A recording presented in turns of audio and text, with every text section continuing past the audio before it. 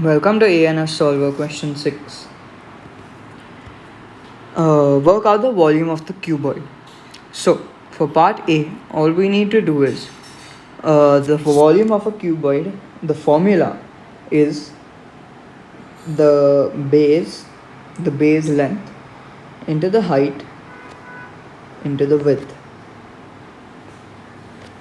Instead of writing base length as B, I'll write it as L, so it's easier to recognize. So, in this case, we have all the three recordings that we need, or the information that we need. So 8 multiplied by 5 multiplied by 11. So you can either do this mentally or you can put this into the calculator, and you should get your final answer for part A as 440 centimeters cube. Now for part B, Ivana has a pencil of length 13 centimeters. Does this pencil fit completely inside the cuboid? So we know that the pencil will not fit horizontally into the cuboid, as horizontally it is only 8 centimeters or 5 centimeters. So it won't fit horizontally. If we try vertically, it again won't fit, as the pencil is 13 centimeters. Not bad. 13 centimeters, and the height of the box or of the cuboid is only 11 centimeters.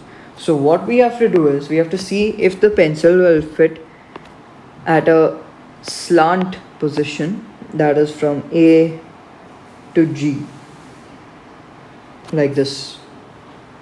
And how we can do that is by using the Pythagoras theorem twice, because first we need to find the base of this triangle ACG, and to do that we need to find the Pythagoras of the triangle ABC.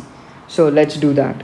So AC square is equal to 8 square. So we know the formula of Pythagoras theorem is A square is equal to B square plus C square, or A square plus B square is equal to C square, depending on what sides you take. So let's start. The hypotenuse square is equal to both the sum of both the sides square. So 8 into 8 would be 64, plus 5 into 5 would be 25. So therefore your answer for AC would be the root of 64 plus 25, that is 89.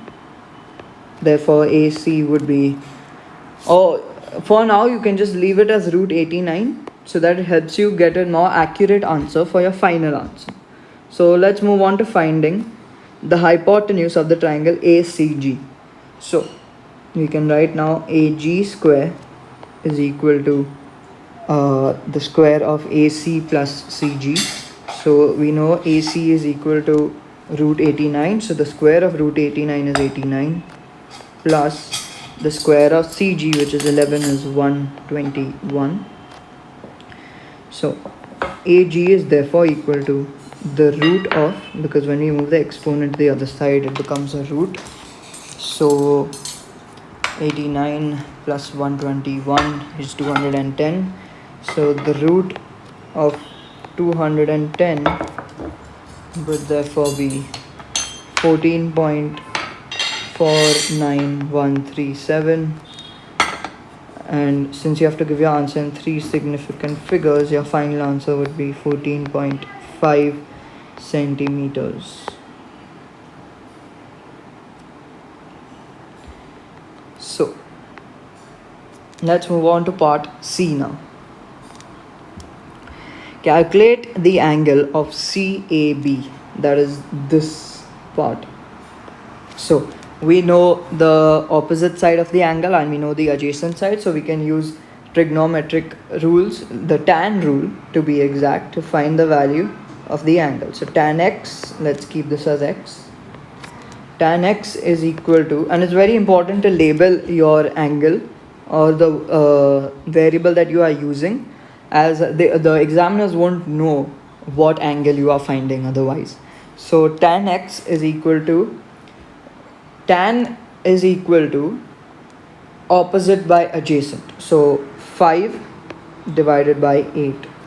So x would be equal to tan inverse of 5 divided by 8. You can enter this calculation into your calculator, and you would therefore get your answer as 32 degrees or 32.005. But since you have to give your answer to one decimal place, it would be 32.0 degrees if you may.